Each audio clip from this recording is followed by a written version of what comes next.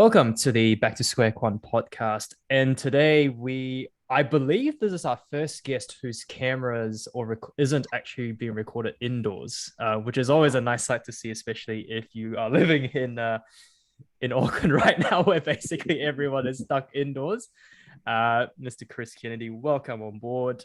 As some of you might have figured out from my Instagram post, which my very, very measly followers, Chris has a lot of experience in many, many areas, not just in terms of powerlifting, which he's obviously had a very good success with Kedrick as his coach, I believe, during his stint. And now he's doing all kinds of crazy shit. And I believe you're back in uni as well. Kind of, yeah. Just like filling in time over lockdown. Well, fair enough. Well, for those who don't know who you are, man, maybe give our listeners or viewers a little bit of an introduction of who you are, what are you currently doing, and we'll just kind of go from there. Shit. Okay. Yeah.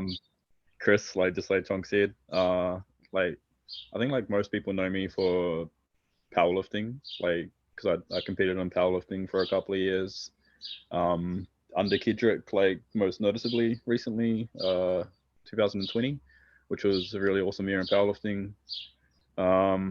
Before powerlifting, I did a little bit of bodybuilding for a couple of years, and then now I'm kind of dabbling in mixed martial arts, which is kind of my next journey.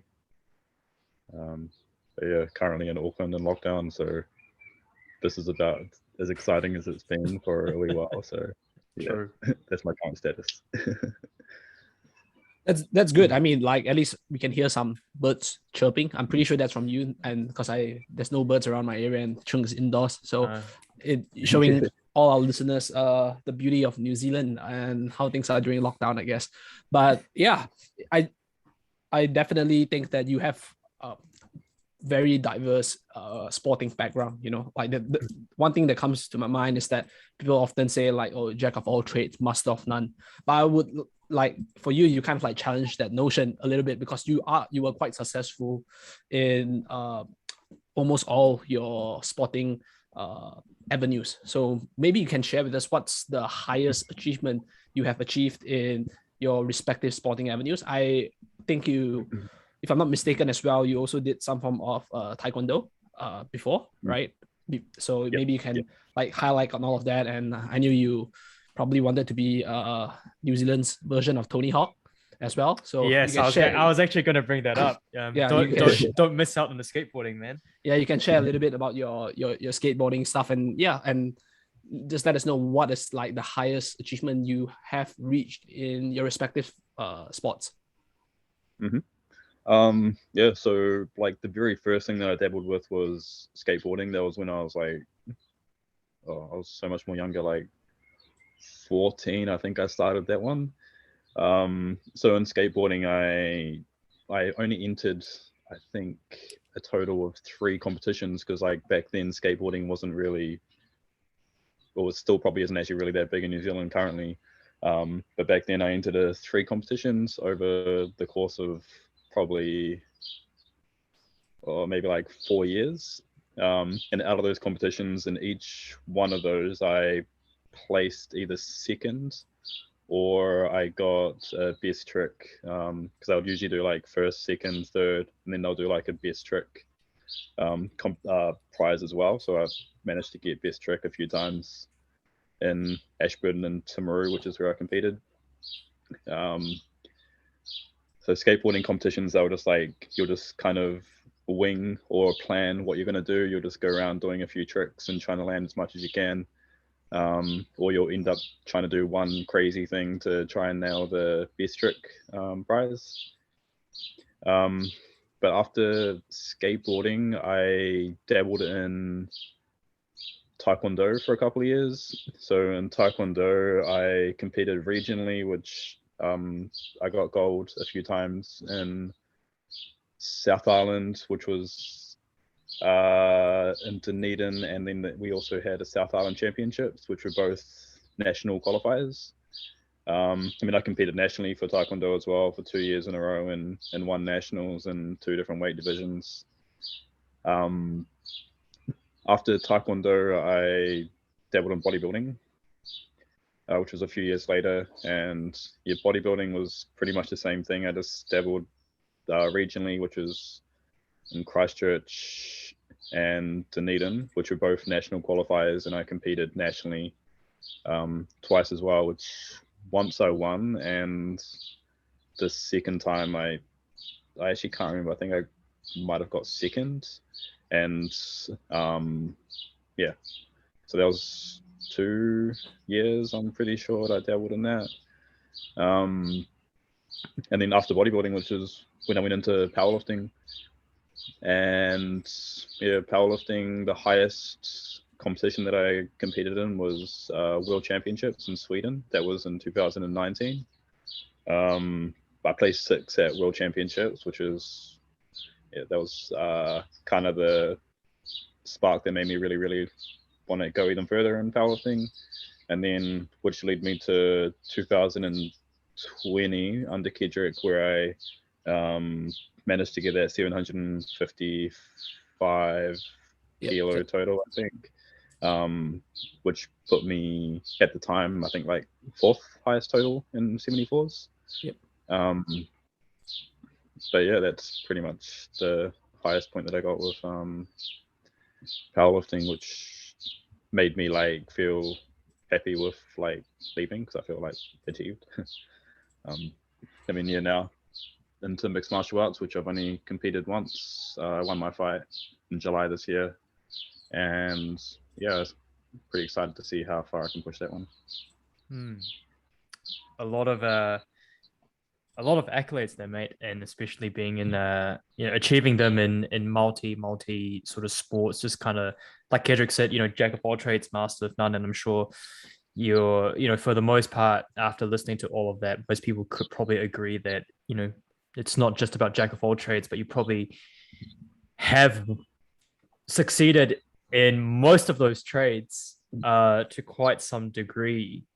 But I like to kind of potentially explore a little bit more into that as well, Chris, if you don't mind, because I know, obviously, and I know this is a big part of your life journey, obviously being very, very involved in competing at very, very high levels and succeeding.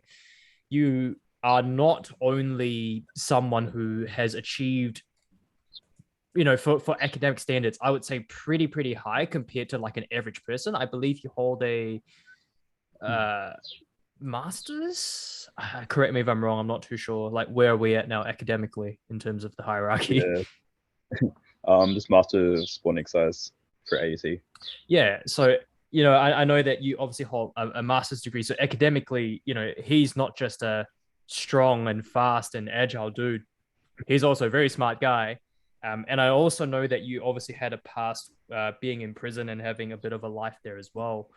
And I was just wondering if you don't mind to share, like, are there potentially sort of like any lessons that have come out of prison that potentially you were able to sort of translate to who you are now? Because I'm sure that, being in prison is always going to be like a life-changing thing.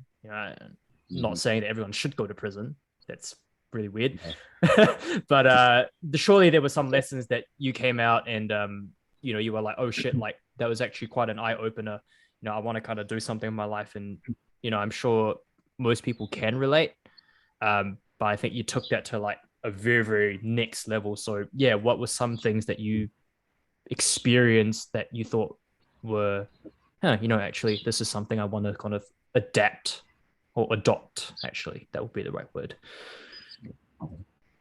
There was many lessons that I kind of took away from it, which I don't even, to be honest, know where to start.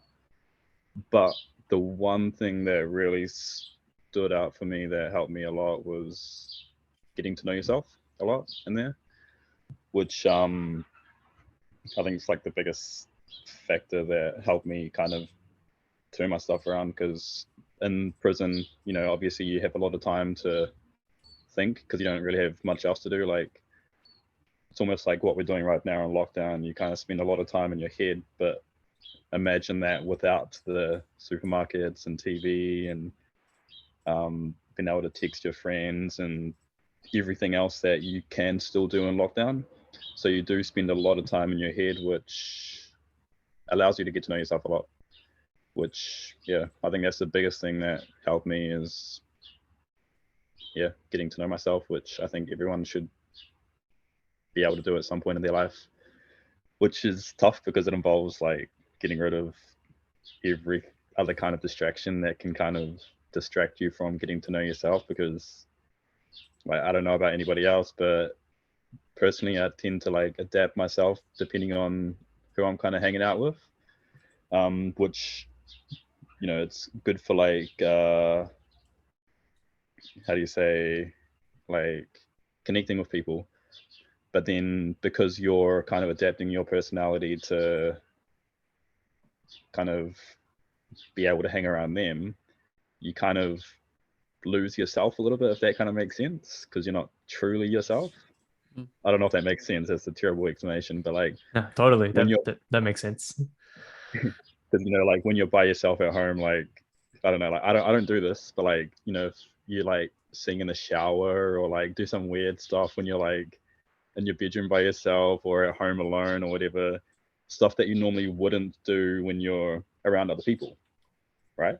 And that's like when you're truly your actual self, because you're just letting loose and being who you are because nobody else is watching and you have no expectations of people that are around you or trying to please anybody or anything like that. So that's kind of what prison allows you to do for a long period of time, is, you know, be in your cell by yourself and, I don't know, do weird stuff that you normally wouldn't do. And not necessarily like weird stuff, but like just Different. I don't know. Yeah, different, like stuff that you normally wouldn't do when other people are around.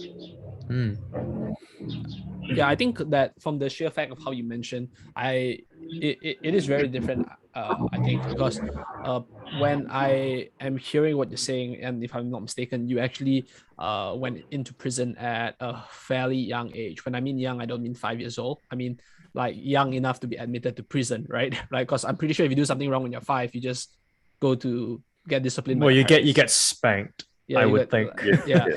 So yeah, with the fucking shoe right in the back of the head. when you went into prison, I think that I think something that's really important to point out would be the difference in realities, right? So prison is kind of like a very isolated reality, you know, like everything happens within the walls. Not you, what you do doesn't really impact anything outside the walls, and most of the time it actually doesn't even impact your immediate surrounding, because the immediate surrounding is so controlled, right?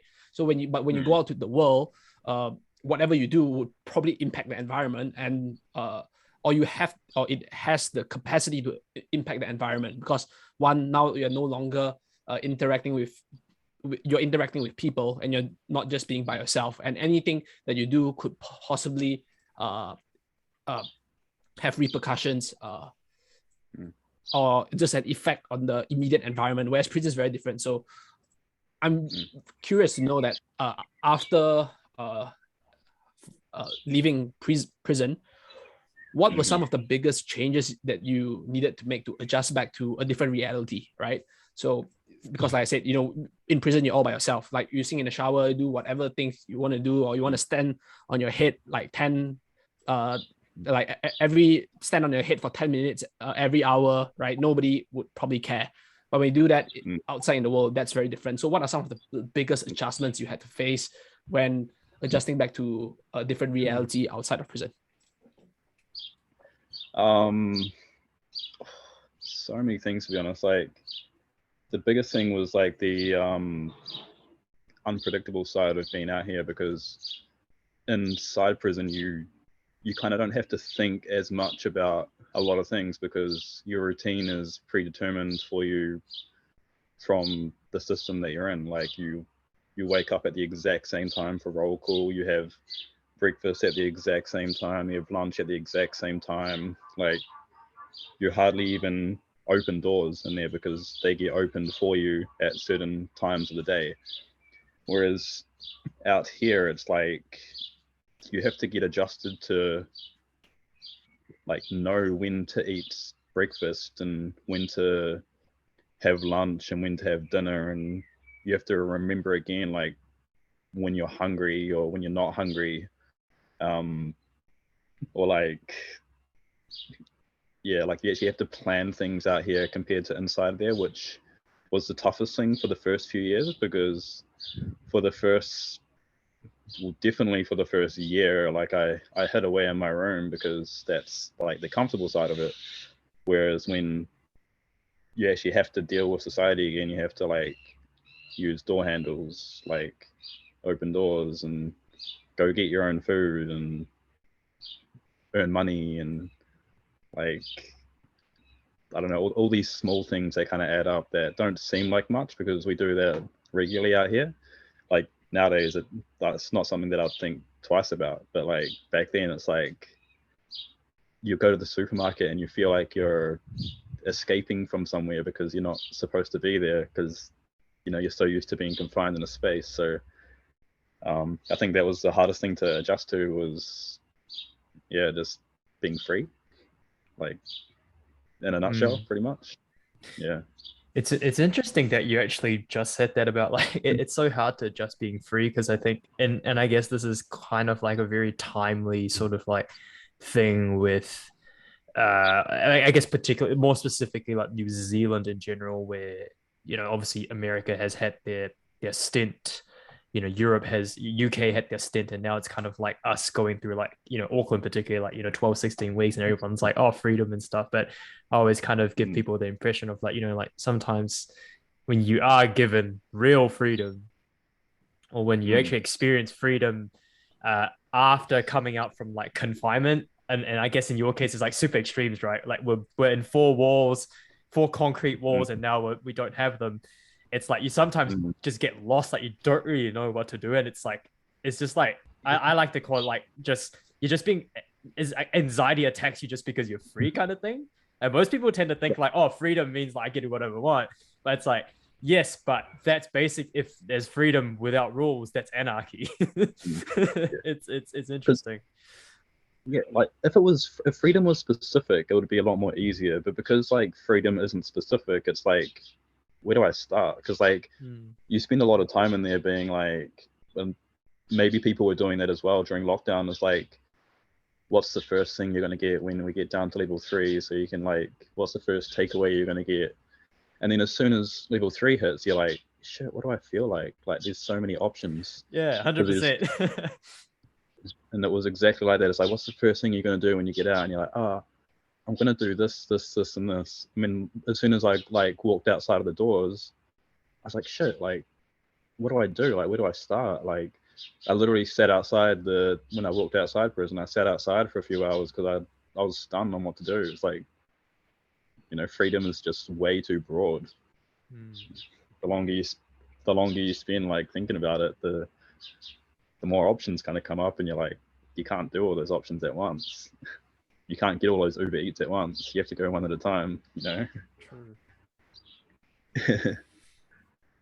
It is quite interesting because like it make like what you mentioned, at least your experience, kind of reminds me of this allegory, right? Called Allegory of the Cave, right? It's by Plato, and essentially the allegory of the cave is a bunch of people like prisoners who are chained against like the wall or rock. They are inside, and the cave is dark, and they have been there like for as long as they can remember.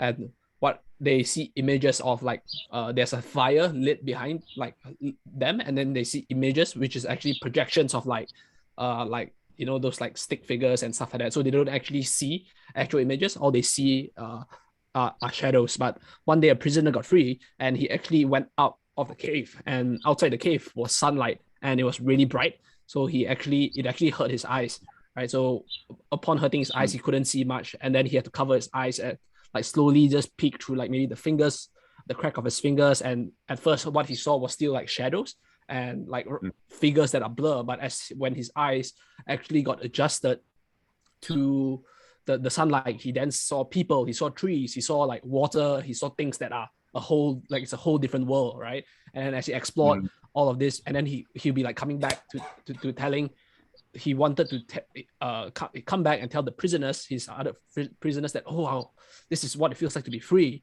right? But then when he went back into the cave, he cannot see anymore because his eyes are no longer accustomed to the dark, right? And then his prisoners then concluded that they don't want to leave because they think like the outside world have made him less, because now first he was able to see the dark, right? But now he's not. So to their perception, they're like, man, you've just became worse because now like we can see, but you're blind, right?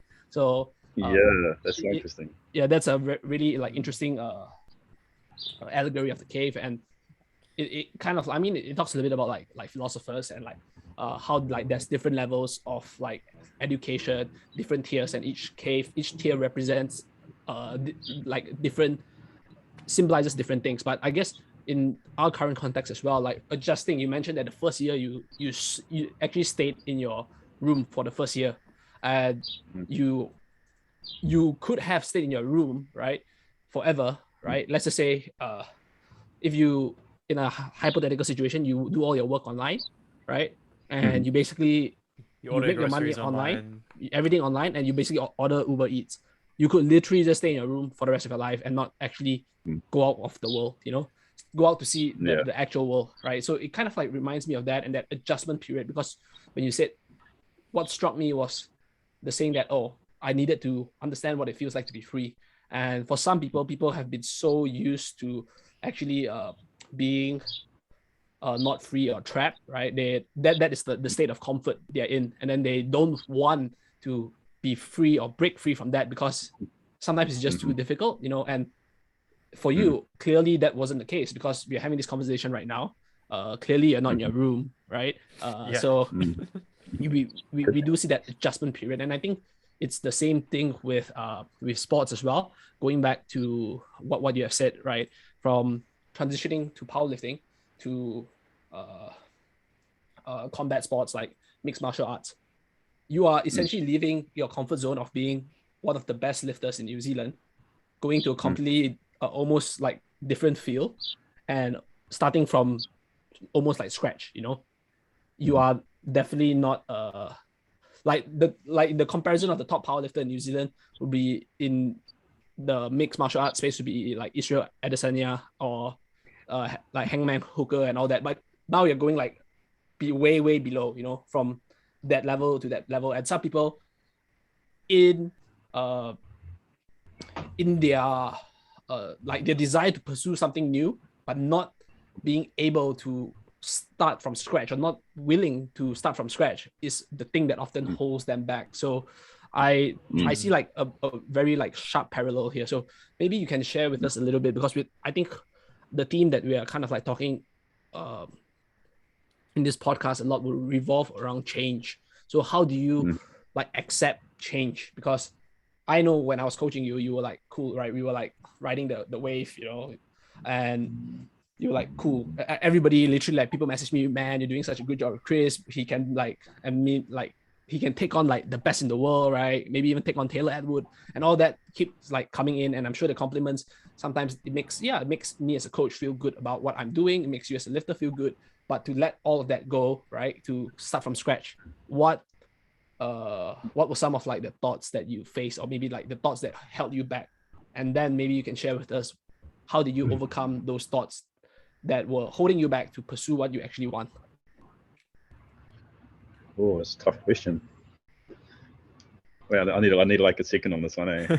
yeah. Sorry, I just gave all a bunch of Kedrick went like, oh, Kedrick had like the meme, you know, the lady in the meme with like the math equations coming out. He went like, oh, this and this and this.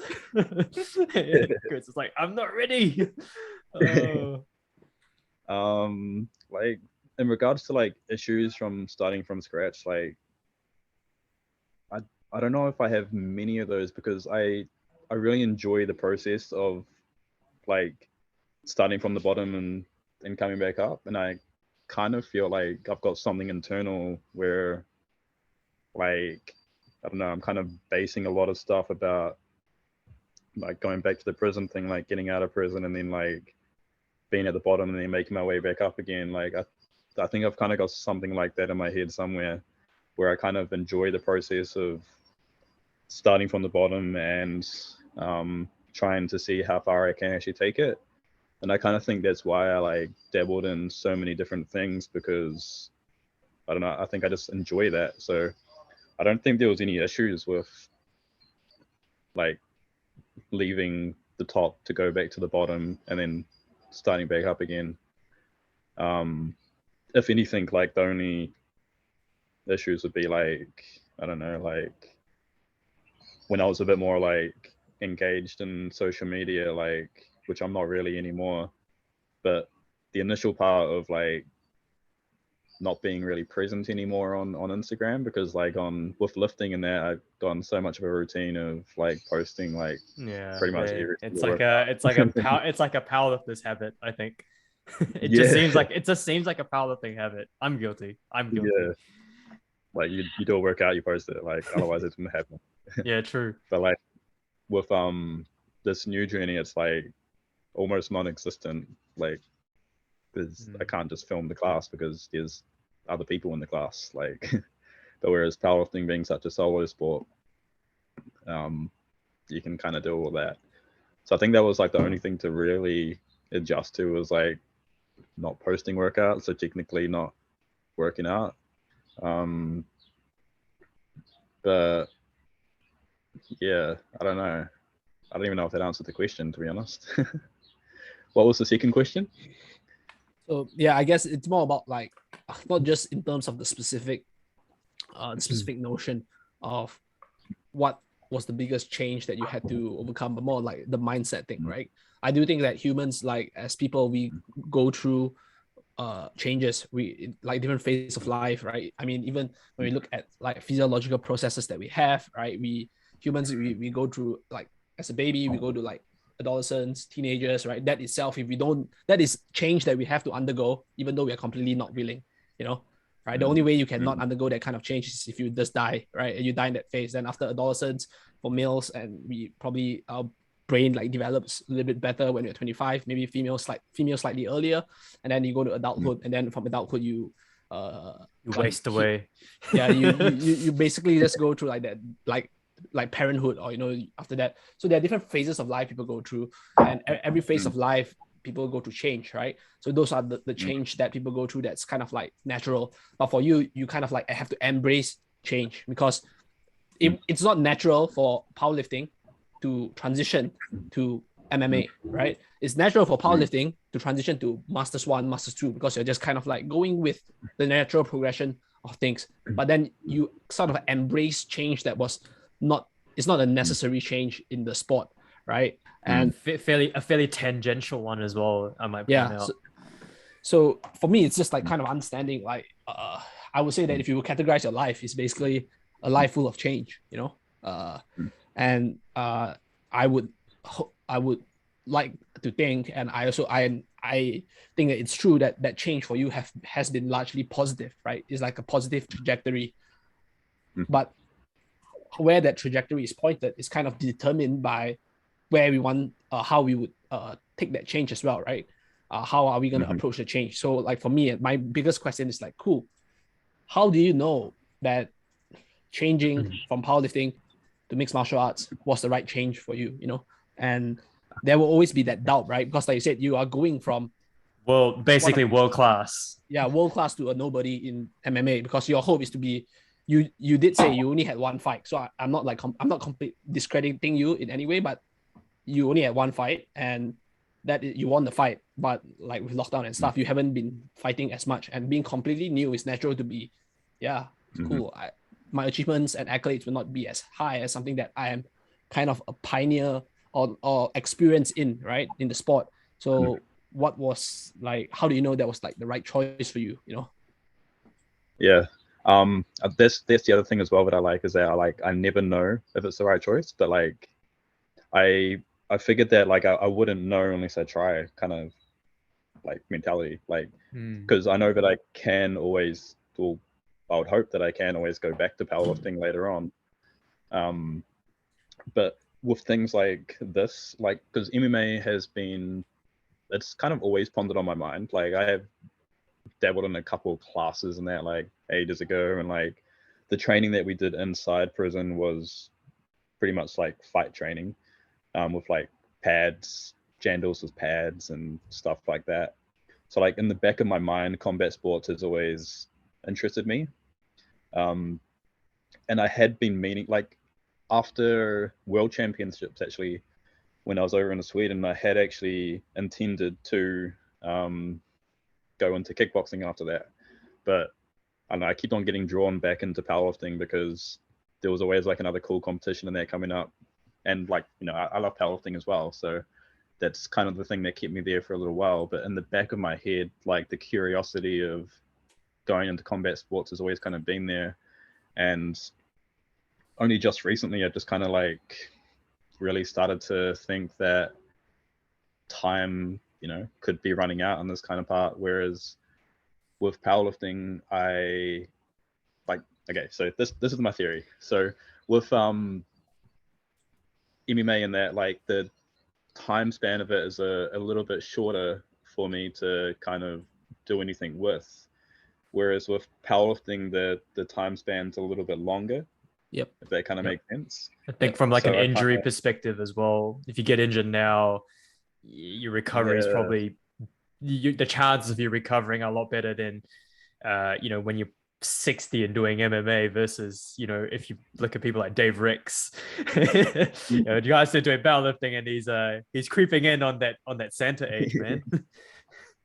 yeah, like I can just like I can visualize myself doing powerlifting at like 35 or 36 or 37 or 40 plus, but I can't visualize myself doing like mixed martial arts at like 45 years old or 40 years old and that. So my thought behind it was that I kind of want to dabble in it now, see if I can do anything with it, or you know, if I really do start to enjoy it and stick with it for as long as my body kind of lets me, and then come back into powerlifting later on and hopefully like, you know, pick something back up from where I left off, or do something as a masters lifter, or you know, something along those lines there. So the reason of doing it now is just to kind of, you know, tick off that curiosity behind mixed martial arts. And you know, that's the only way I'm really going to know, because if I don't and I leave it till later on when I am too old, I don't know, it might make me sad. You're not going to get the full Monty of it.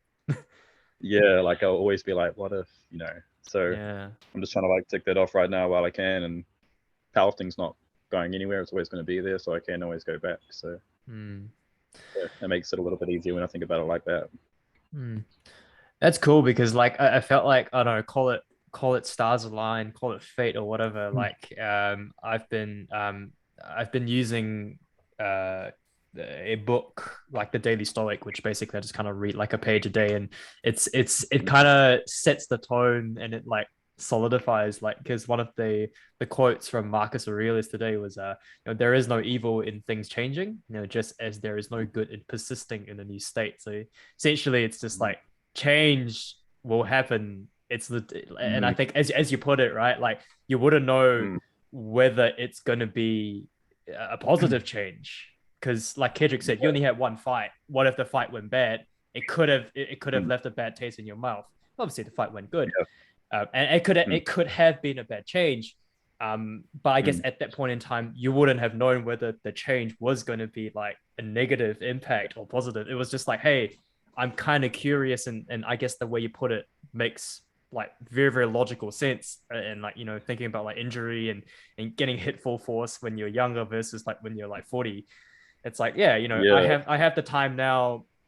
If I make that change, it is a logical change regardless of whether the outcome is a negative or positive one, because in your head, I guess from what you're saying, is that the outcome of me doing this now, the either the negatives or the positives of it would not be as big, either positive or negative, when I'm 40, because I'm not going to experience it in your head, at least I'm not going to experience it as now. Whereas the powerlifting for you is like, I have been at the top, I know what it feels like, And obviously, you know, with Kedrick behind you during that period of time, you obviously learn and understand, you know, in Kedrick, I know you've coached a couple of masters lifters as well. So obviously, you know, like Chris, you obviously kind of like, oh shit, like, you know, these old people are actually doing really well in your head, like mentally, like, okay, cool. Like I can see that a lot of the powerlifters actually have a long, quote unquote, like lifespan in the sport.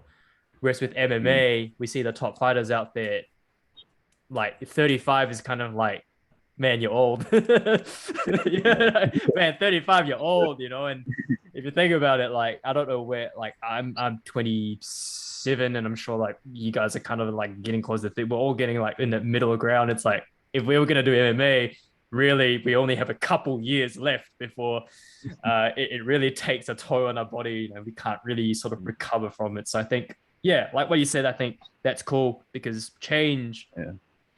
Nobody will really know what's going to happen if you decide to take that tangent change or even just slight change. You can't really predict, but it's just like, okay, cool. Like this is something I want to do. You know, I will foresee the negatives of it. You know, there are going to be positives of it, but I think, like you said, it's sort of reflecting back on, you know, that hour coming out of prison, like such a drastic change. It's like, you don't really know what to expect. You kind of just have to roll with it and see where it goes. Yeah, well, you don't know until you know, because like if you're like, I could stay in powerlifting and stay in my comfort zone, and I know I could probably do a lot more better if I stayed there, but like it becomes a little bit not predictable because I could just stay the same strength the whole way, but I kind of know what I'm going to be doing like going forward.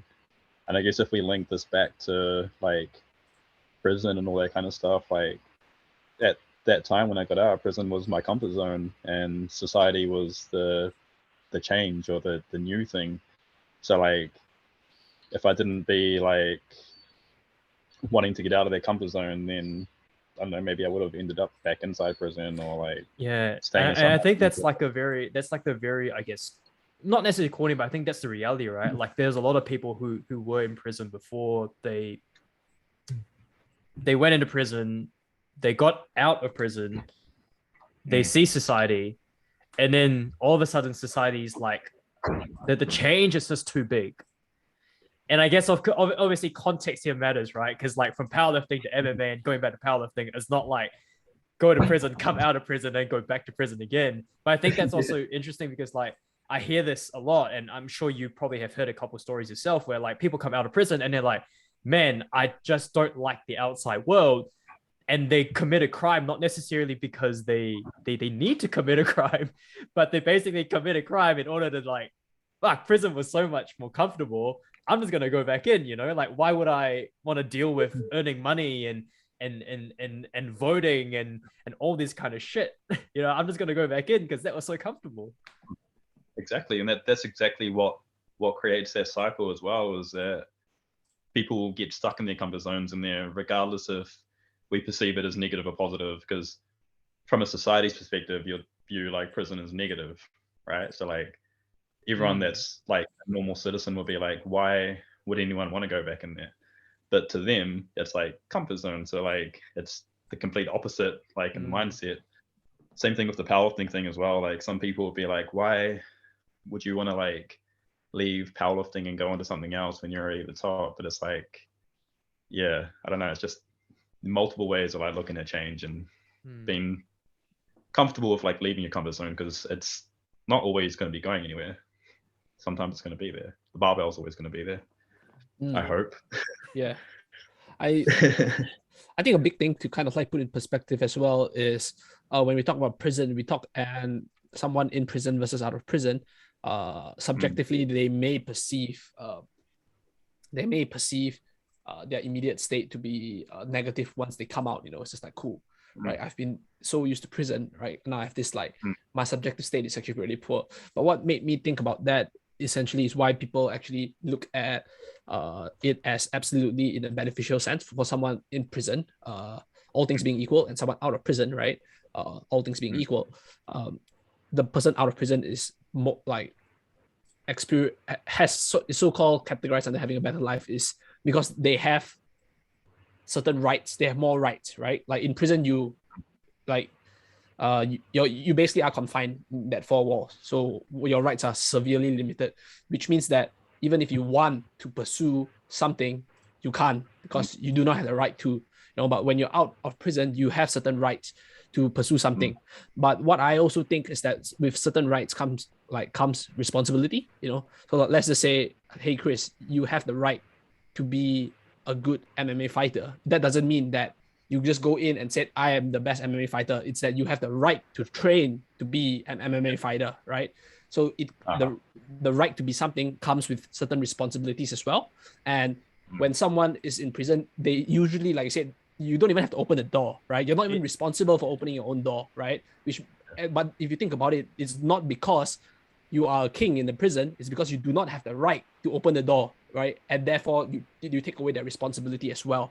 But when it comes out, people can just be so overwhelmed, not by the rights that they have, because technically, with that set of with freedom, actually, it essentially entails people having rights. But with that rights entails responsibility, people just get so overwhelmed, like all these responsibilities, that they don't really know what to do, So it's that great quote of Spider-Man and Uncle Ben. With great power comes great responsibility.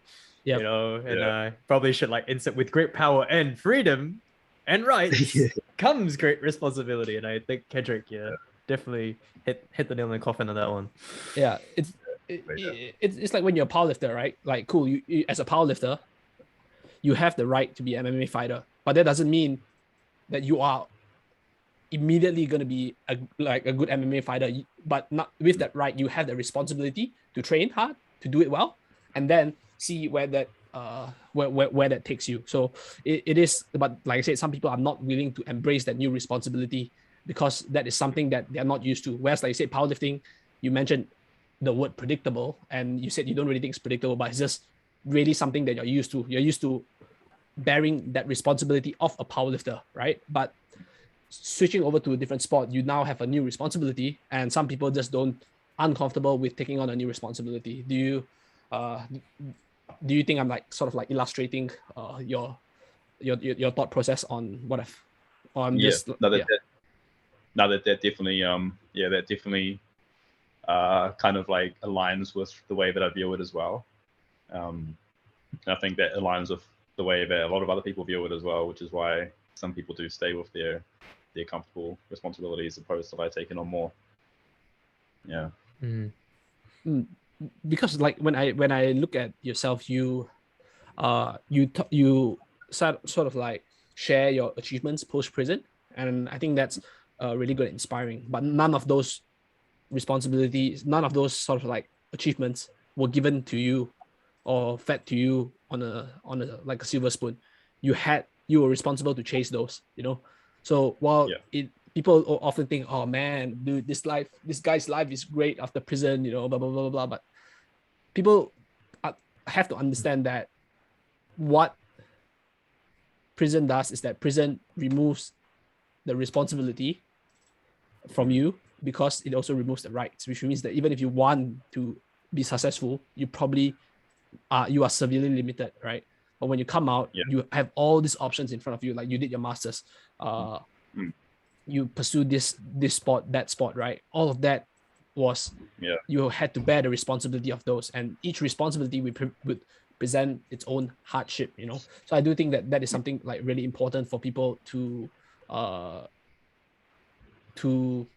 understand, is that with everything that people go through, right, they have to be responsible for their own actions. And the thing with going to prison is also the way it is kind of ironic, because prison is in a way is making you responsible sort of for the crime you've committed, and then that is sort of the only responsibility you have now, is to sort of atone for your crimes, because anything else you're not responsible. You have zero responsibility, because like you said, you can't even open your door, right?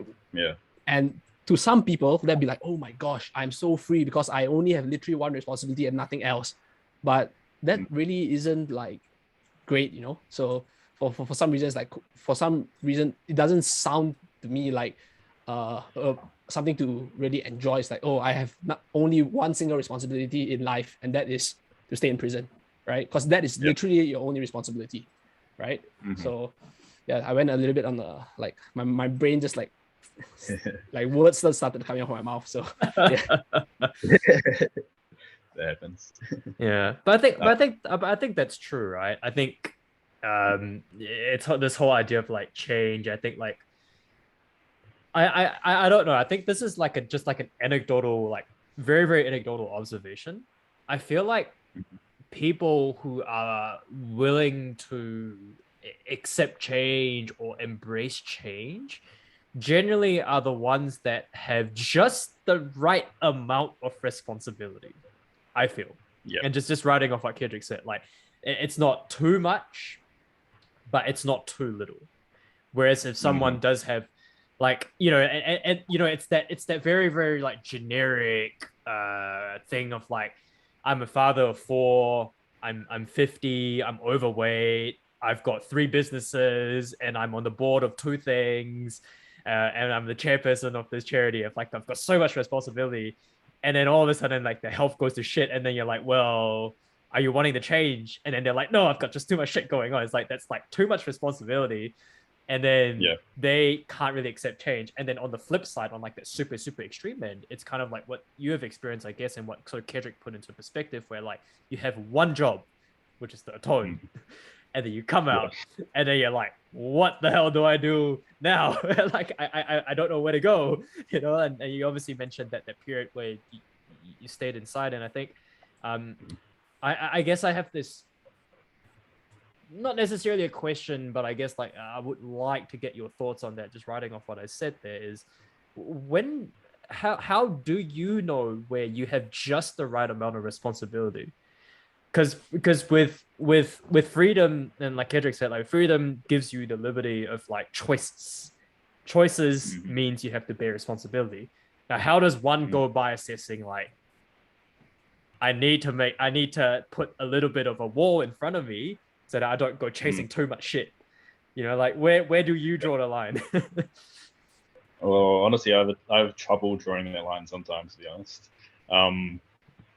But I think maybe it's when, and this is just like my own little theory, just off the bat, just then, is when you're kind of happy with what you're doing.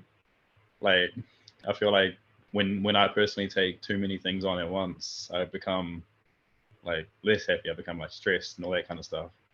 But when I have just the right amount of stuff that I'm doing, I'm like, I enjoy what I'm doing. Like I enjoy the training, I enjoy the reading, I enjoy the studying, I enjoy everything that I'm doing. But when I'm having too many things on, maybe I stop enjoying some gym sessions, or like I stop enjoying reading, or I stop enjoying stuff that I normally would enjoy if I had less, like, as you say, like responsibilities. Yeah, that's it's always going to be a tricky one, because I do know that some people are able to obviously take on more, and some people are able to take on less. But I think it's kind of, you know, I guess for you listeners out there, I think it is important for you to kind of assess, like, you know, like Chris said, you know, when freedom is taken away from you and you're given one responsibility, like Kendrick put it. And I guess the scenario I can kind of paint here, particularly for us Aucklanders, is like, look, you know, you're in lockdown. That's the reality. Again, as of this recording, at least, you know, like there isn't a lot of responsibility, but when lockdown does come out, like you will be given quote unquote freedom. Now, what you do with that, you kind of also have to be very careful on, like picking your battles. You know, like you can't just like, I'm gonna go like, this example just came in my head. Like, for example, like I want every single, like, for example, you go from level 4 to level 3 and then Uber Eats is allowed, right? You can't just go like, I'm gonna order like 10 Uber Eats because I have the power, you know, I have the freedom, I have the right to order 10 Uber Eats at once to my door. But that's not being very responsible, because what happens when you get 10 Uber Eats? Now, chances are you might be able to stomach 2 orders, but you probably would have to throw away the eight away. So, you know, I think ironically, again, coming back to that great quote by Uncle Ben, you know, with great power comes great responsibility. You know, like you have to really, really understand where to draw the line, because undertaking too much, you know, entrepreneurs say this a lot, you know, just outsource your shit. You know, as corny as that sounds, that's probably true. You know, like you can only do so much before as you put it, your happiness starts to dwindle away, and you're like stressed and just dissatisfied with everything that you do. Because like going a little bit further on that part there. Oh, sorry. No, go ahead. You go ahead first. I've been talking too much anyway. All right, but this will just be real fast anyway. But like just like leading on to what I said before, along with what Chong just said, is that like when I was saying that if you take on too much and you stop enjoying the things that you normally would enjoy, if you order those 10 Uber Eats, these 10 different cuisines that you like, normally like if you had just the right amount, like just say 2, and you got like Thai and Indian, you might Good choice. eat them both, and you enjoy them both, right? But just say you got 10 of your favorite cuisines, you might get through like your Thai and your Indian, and then by the time you get to your like Mexican or Japanese, you won't like enjoy it as much because you're so full from your other ones because you've had too much, right? But if you had just one, just say you just got like Indian or something, you might not be like satisfied enough, like so you got too little. So it's all about like finding the balance, because too little you're not happy, too much you're not happy, but just the right amount, like it's just like on point. But yeah, that's my little skill. I think a thing that struck me was when it comes to when you said this now, oh cool, I'm enjoying the training, I'm enjoying the studying, right? I do think that responsibilities is interesting because when we select your responsibilities, right? When you select something to do, you select it willingly, So responsibilities is not just this thing where all responsibilities are not equal, right? So there are certain responsibilities that you have to bear unwillingly. For example, if you're in prison, you're responsible for serving your time in prison, and that in a way was maybe it's something that most people would not be willing to do, but it's still categorized under the same like responsibility category. But when you embrace something willingly, I think what it provides is that it allows you to derive satisfaction from accomplishing your responsibilities, so people will be like, cool, right? For example, training and climbing Mount Everest, right, is not exactly the most pleasurable thing on its own. It's going to be hard. You might probably die, but people derive satisfaction from fulfilling that responsibility that they have set out for themselves. And something Chung mentioned just now as well, I think with every like satisfaction that you embrace, there's a correlative like dissatisfaction, in the sense that if you picked up too much responsibilities, you risk the dissatisfaction of not being able to fulfill the responsibilities that you picked up, right? If you have 10 things on your plate, right, you only manage to finish 4, means that you have like 6 others where you cannot finish, and that drives dissatisfaction on your end. So you're beating yourself up because you're like, man, I cannot accomplish what I have set out to do, But whereas if you pick up that 4, you derive that satisfaction, right? And then that dissatisfaction doesn't actually override the satisfaction, which is why I think it's like really important. And going back to the whole conversation and like the whole responsibility things, is that with prison, you don't pick your responsibility. So even if you fulfill it, you're not fulfilling a responsibility of your choice. But when you go out, like say you select the sport, for example, mixed martial arts, that is something you pick. That is not something that's forced on you. Can you imagine if like I was your coach and say, oh, Chris, I want you to do ballet right now, right? that is your responsibility. And that's a different set of responsibility. Let's just say even though you would be good at it, it may not be as satisfying as you going into MMA and not being as good as you are at ballet, because you derive the satisfaction from picking your own responsibility and then fulfilling it. I think just one thing to add there as well, like it just popped up in my head because last week I was obviously speaking to my parents about their parenting skills and how I actually envy the parenting skills, and one day I would like to emulate the parenting skills. But it's like another example here where like I know this will sound crude, and for dear listeners out there, if you had a child, just bear with me, I'm just going to use this example. It's like if you had a kid that you did not expect to have, Okay. And it's like it wasn't even like we've tried it, it didn't happen, and then now we have a kid. It's like, oh, great. It's kind of like a one-night stand and you had a kid. That responsibility was not given to you and you did not make that choice. And so generally those parents would then be like really, really shit parents in most of the cases that I've spoken to, like people and all that kind of stuff. Whereas when two people, a couple, are intending to have kids, and the kid does come along, it does tend to seem that the satisfaction of the parent, and I guess the internal drive to sort of like raise their child as their own and sort of like, give them out to the world as the best as they can, and once the kid goes out, it's like, oh, I'm satisfied. Whereas if like there is a parent who had that sort of quote unquote unexpected child, or unexpected responsibility sort of like just dumped onto them, it's like, what the fuck, man? Like, this is not me. And they kind of like screw up the kid and you get obviously all these problems. So that was just like an interesting thought that came across my head. Yeah, and I definitely agree. It essentially boils down to picking your path, right? So I think if we were to summarize the whole kind of like podcast just to close it up, it's like, cool, right?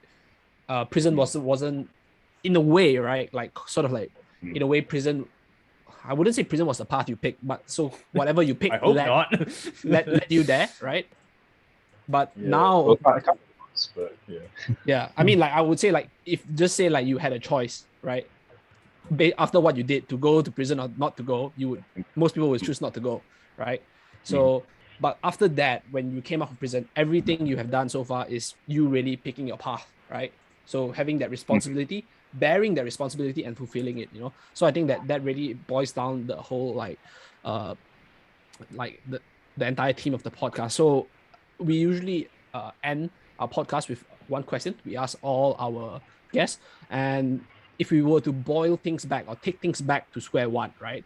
If someone were to choose a drastic change or something like a drastic change, whether it's a life change, maybe a change in like education, career, or even giving up something that, like for you, like powerlifting, what is something that they should think about when it comes to weighing out the options, like taking it back to square one? What is that thing that they have to think about?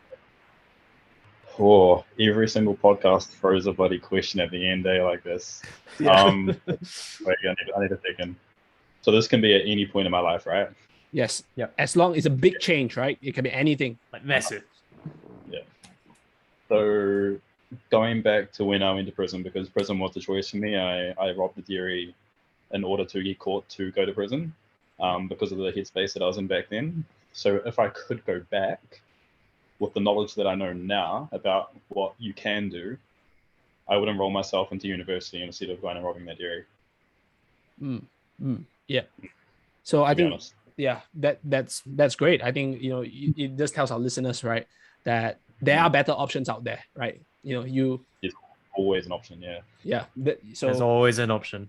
Yeah, that's all. And at the end of the day, change would happen, but we can determine whether that change would be good or not. So yeah, I appreciate that thought, and I definitely appreciate your time coming on the podcast. So thank you very much. For all our listeners out there, I hope that this episode has been beneficial for you.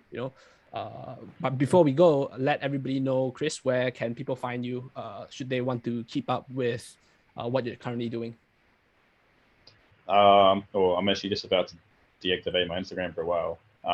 But normally when I'm back, I'm on my Instagram account is Chris Powerlifts. Otherwise I have Facebook. Yeah. Chris Nitty on Facebook, which is public as well. But yeah, that's pretty much the main handles at the moment. Cool. Thank you very much for your time. And for all the listeners out there, if you like this episode, make sure you like, subscribe, drop us a comment, a rating, and if you have any thoughts on what you want to hear in our future episodes, do let us know as well. And we'll catch you all next time. Later. Sweet. Thank you.